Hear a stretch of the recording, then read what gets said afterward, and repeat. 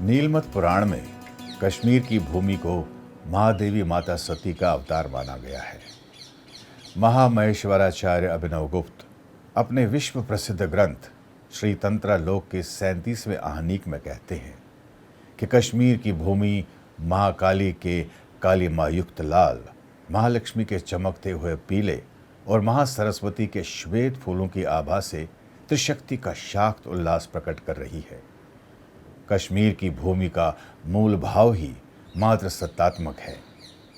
जिस भूमि की संरचना में ही मातृत्व हो, उस भूमि पर पितृसत्तात्मक शक्तियां आक्रमण करें तो वहां की संस्कृति और सामाजिक नैतिकता को आघात पहुंचता है। ये शक्तियां सबसे पहले सांस्कृतिक आघात ही करती हैं, जिसे अंतर्राष्ट्रीय शब्दावली में सांस्कृतिक जाति विध्वंस अर्थात कल्चरल जिनोसाइड कहा जाता है। स्थान के रूप में कश्मीर को लिया जाए तो इसकी मातृसत्तात्मक अस्मिता तभी खंडित हो गई जब शाहमीर जैसे मुस्लिम धर्म प्रचारक कश्मीर में घुसे और उसकी अस्मिता को खंडित करना आरंभ कर दिया। यहीं से कश्मीर के समाज में तीव्र वर्गीकरण आरंभ हुआ, जिससे जिनोसाइड अर्थात जाति विध्वंस की नींव पड़ी, जिसे अपराधों का अपराध कहा जाता है। शाहमीर का समय 1339 ईस्वी के आसपास का था। वो एक पितृसत्तात्मक विचारधारा लेकर आया था, जो मात्र सत्ता पर आधारित कश्मीरियों की अस्मिता को नष्ट करने के लिए प्रतिबद्ध थी।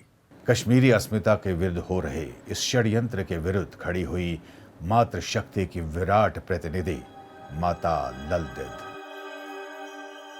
महामहेश्वराचार्य अभिनवगुप्त ने जिस तरह से कश्मीर के फूलों में दिव्यता की अभिव्यक्ति देखी थी, माता लल देद ने उसी तरह से सृष्टि के कण कण में दिव्यता के दर्शन किए।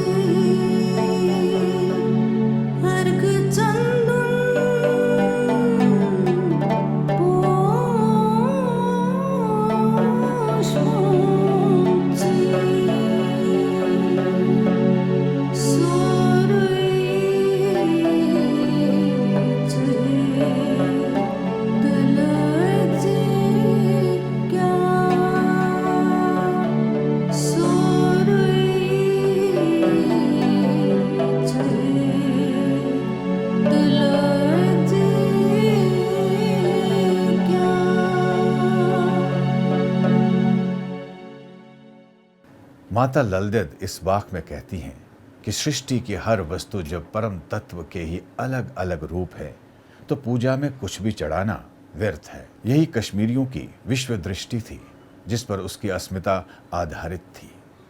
वे सृष्टि में उपस्थित हर वस्तु के हर वस्तु से संबंध को समझते थे और संबंधों की यही चेतना उनके समाज और संस्कृति का आधार थी, जिससे उनकी अस्मिता का निर्माण होता था। ये सनातन अस्मिता ही थी जो सृष्टि में उपस्थित हर वस्तु को एक ही दिव्य तत्व से उत्पन्न मानती थी और उनके अंतर संबंध को सनातन मानती थी। अस्मिता की इसी सनातन चेतना को माता लल देद ने शब्द दिए। इस तरह से देखा जाए तो सनातन कश्मीरी अस्मिता की इस चेतना को लल देद चेतना कहना अतिशयोक्ति न होगा। तत्कालीन सामाजिक और राजनीतिक परिस्थितियों को देखा जाए तो सहज ही समझा जा सकता है कि अस्मिता की इस चेतना को अभिव्यक्ति देना माता लल देद के लिए आवश्यक क्यों था। शाहमीर जैसे मुस्लिम धर्मगुरु कश्मीरियों को निशाना बना रहे थे, उनके मर्मस्थल पर चोट कर रहे थे। पितृसत्तात्मक अस्मिता को कश्मीर पर थोपने के लिए शाहमीर तरह तरह के षड्यंत्र रच रहा था। इन षड्यंत्रों में सबसे घातक था वैवाहिक षड्यंत्र। इस वैवाहिक षड्यंत्र के माध्यम से ही कश्मीर में जीनोसाइड अर्थात जाति विध्वंस के बीज बोए गए।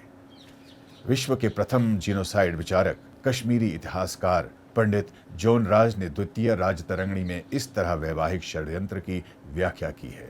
लवन्य लोकस्तत्पुत्रीर माला एव भारतः नाजानाद भुजघीर घोर विशाह प्राण हरे पुनः। शाहमीर ने अपना और अन्य मुसलमानों की पुत्रियों से लवन्यों का विवाह किया। लवन्य अद्भुत योद्धा थे और कश्मीर की सेना की रीढ़ की हड्डी थे।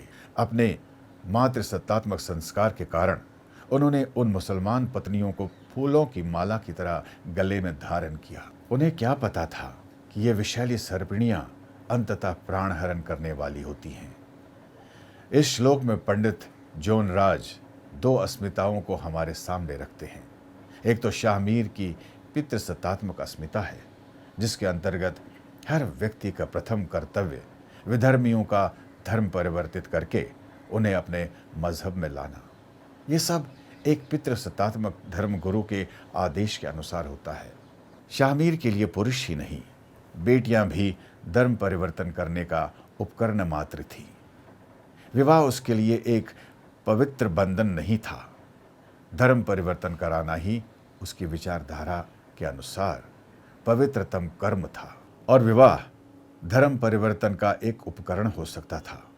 वो इसमें सफल भी हो गया, क्योंकि लवन्य असाधारण योद्धा होने के बावजूद मातृसत्तात्मक विश्व दृष्टि को वहन करते थे और पत्नियों को फूलों की मालाओं की तरह सहेज कर रखते थे। एक व्यक्ति स्त्री को फूलों की माला की तरह संजो कर रखता है और दूसरा उसे अपने राजनीतिक धार्मिक उद्देश्य को पूरा करने का एक उपकरण मात्र समझता है। जीनोसाइड अर्थात जाति विध्वंस के पहले चरण क्लासिफिकेशन अर्थात वर्गीकरण की पुष्टि यहाँ पर होती है। विवाह इसलिए किया जा रहा है कि अस्मिताओं में अंतर है।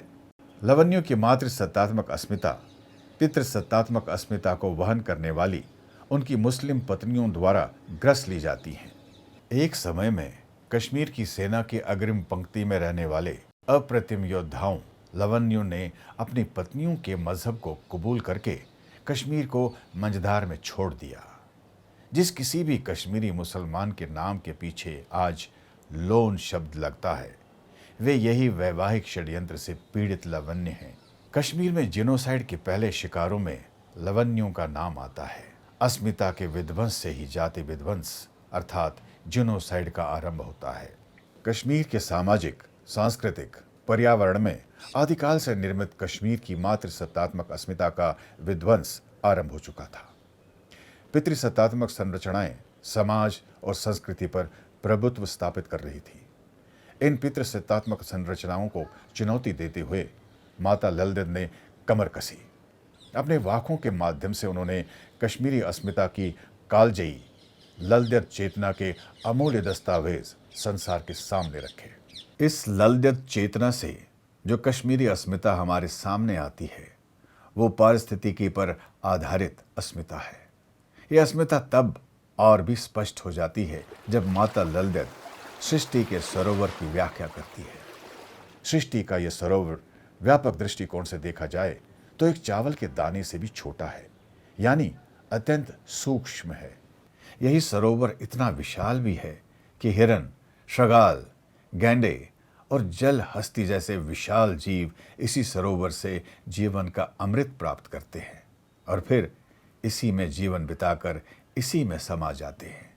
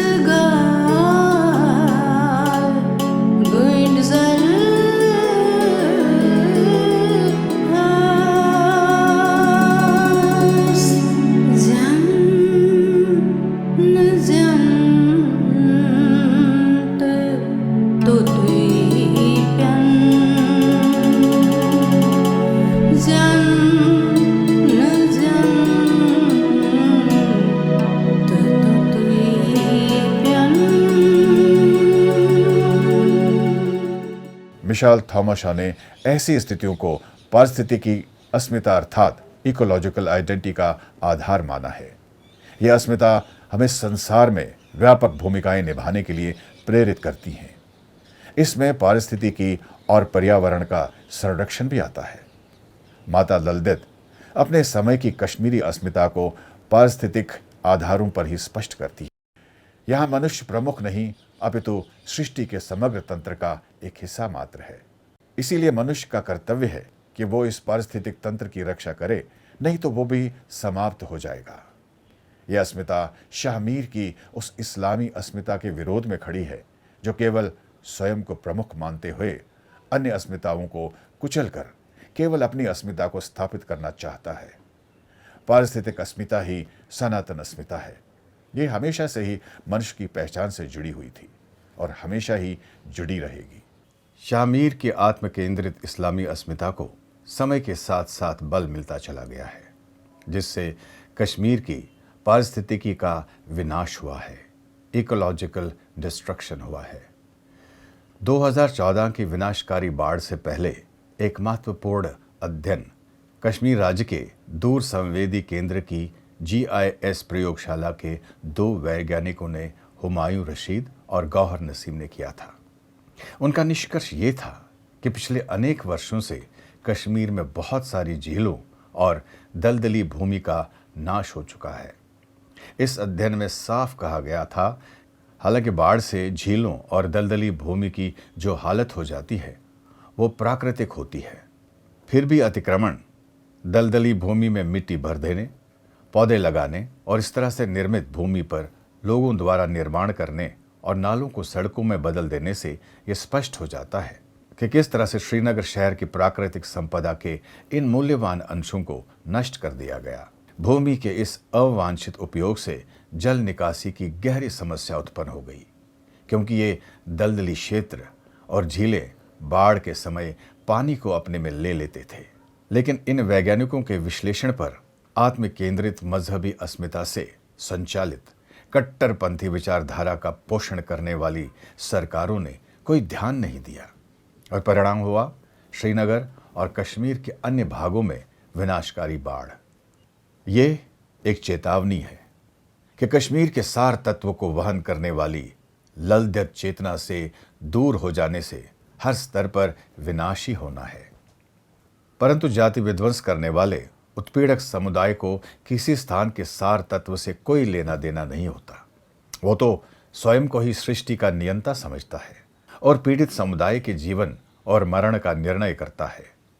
किसी स्थान की मूल परंपराओं को ध्वस्त करके वो उस पर अपनी परंपराओं को आरोपित करता है और उन आरोपित परंपराओं को ही वास्तविक परंपराओं के रूप में प्रचारित करता है।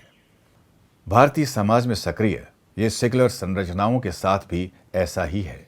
वे भी आधारभूत सामाजिक सांस्कृतिक स्थितियों को केंद्र में न रखकर इतिहास को उस बिंदु से आरंभ करती हैं जहां से उत्पीड़ित जन और जाति विध्वंसक समुदायों के आपसी सौहार्द का विमर्श चला गया है और मूल निवासियों की अस्मिता के अर्थ ही समाप्त कर दिए जाते हैं। ऐसी परिस्थितियों को माता ललदेद बड़ी संवेदनशीलता से अपने वाकों में उकेरती हैं। वे कहती हैं कि थोपी गई अस्मिता मूल अस्मिता को दबा नहीं सकती। मूल अस्मिता का सार तत्व छुपाए जाने के बावजूद अपनी अभिव्यक्ति कर ही लेता है, क्योंकि वही वर्तमान अस्मिता का आधार होता है।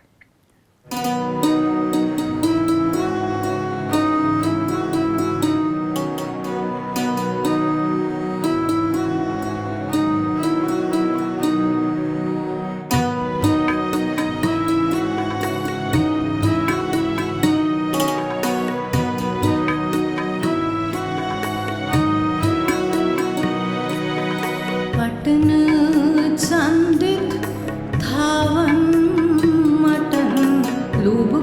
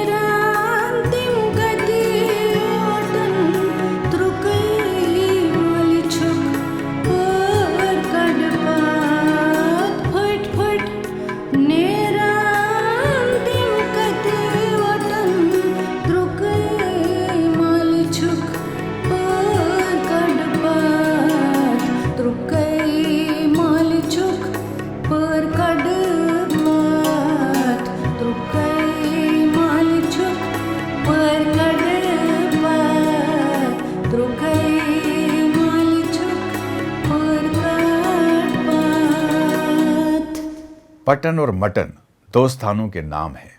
माता ललदेद कहती हैं कि कुछ लोग पटन में सेंध लगाकर चोरी करेंगे और वहां से जो प्राप्त हुआ उसे मटन से जोड़ेंगे।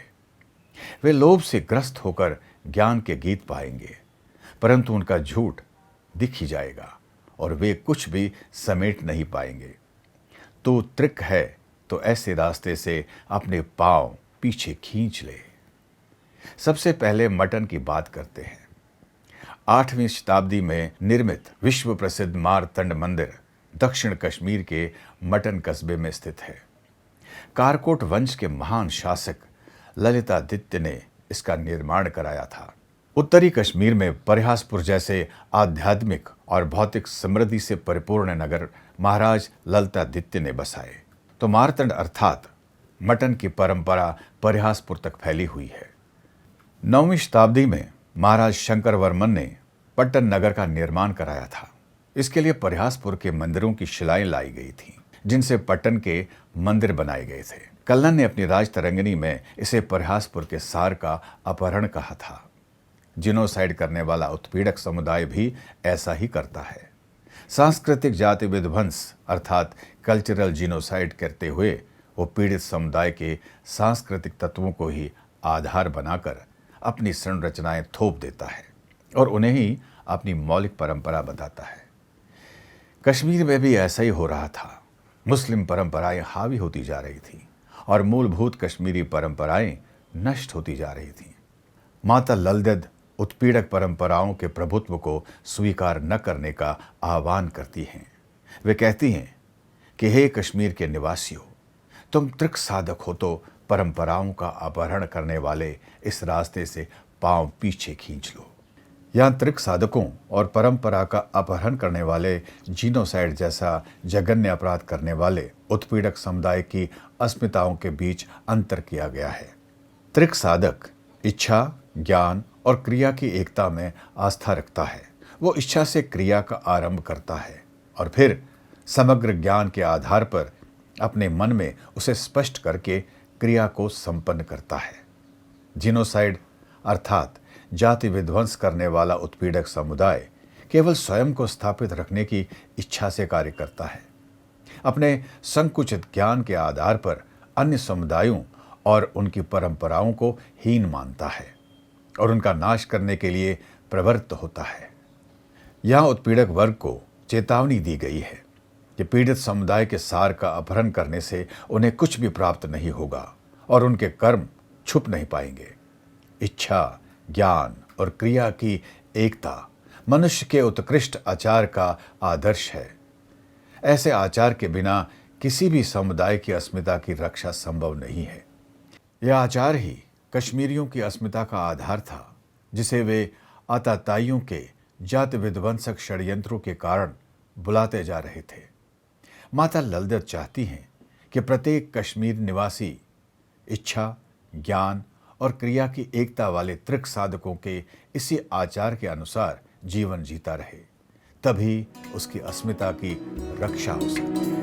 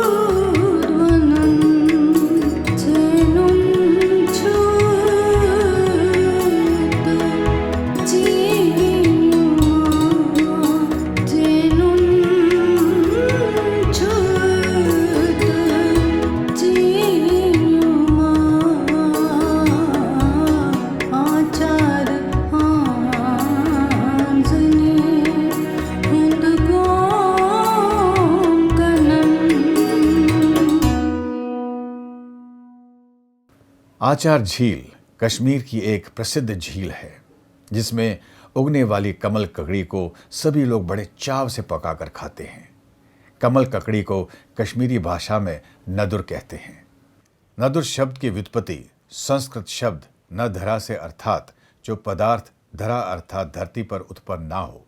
नदरा ही वो सृष्टि का सार तत्व है जिससे सृष्टि में उपस्थित सभी वस्तुएं उत्पन्न होती हैं और अंत में उसी में समा जाती हैं। मनुष्य का आचार एक ऐसा सरोवर है जिससे हमें वो शक्ति प्राप्त होती है जो हमारी वास्तविक अस्मिता त्रिक अस्मिता के बोध के लिए हमें प्रेरित करती है ताकि हम इच्छा, ज्ञान और क्रिया की एकता को अपने अस्तित्व में उतार कर त्रिक साधक बने।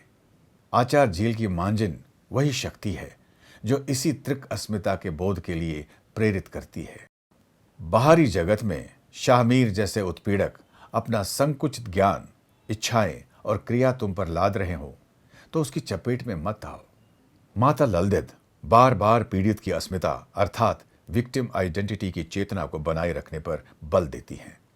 कुल मिलाकर माता ललदेद का काव्य मूलभूत कश्मीरी अस्मिता के ऐसे कालजयी दस्तावेज के रूप में सामने आता है जिसे जीनोसाइड का शिकार कश्मीर का मूल निवासी कश्मीरी पंडित समुदाय आज भी अपना संबल मानता है।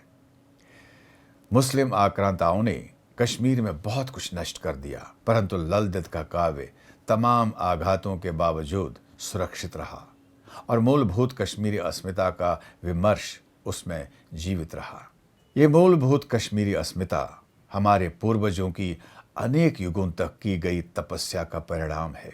ललदेद के वाक प्रमाणित करते हैं कि इस कश्मीरी अस्मिता को नष्ट करने के जितने प्रयत्न मुस्लिम आक्रांताओं ने किए, माता ललदेद ने उससे भी अधिक आवेग से कश्मीरी त्रिक अस्मिता के विमर्श को पुष्ट किया और उसे अपने काव्य में जीवित रखा।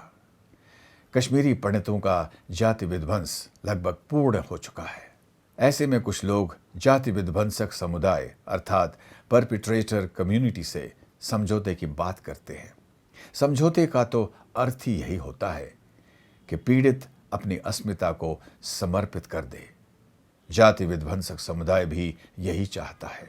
समझौते से आताताई को ही बल मिलेगा और जाति विध्वंसक पर्यावरण यानी जीनोसाइडल एनवायरनमेंट बना रहेगा और जाति विध्वंस की संभावनाएं और भी सुदृढ़ होती रहेंगी।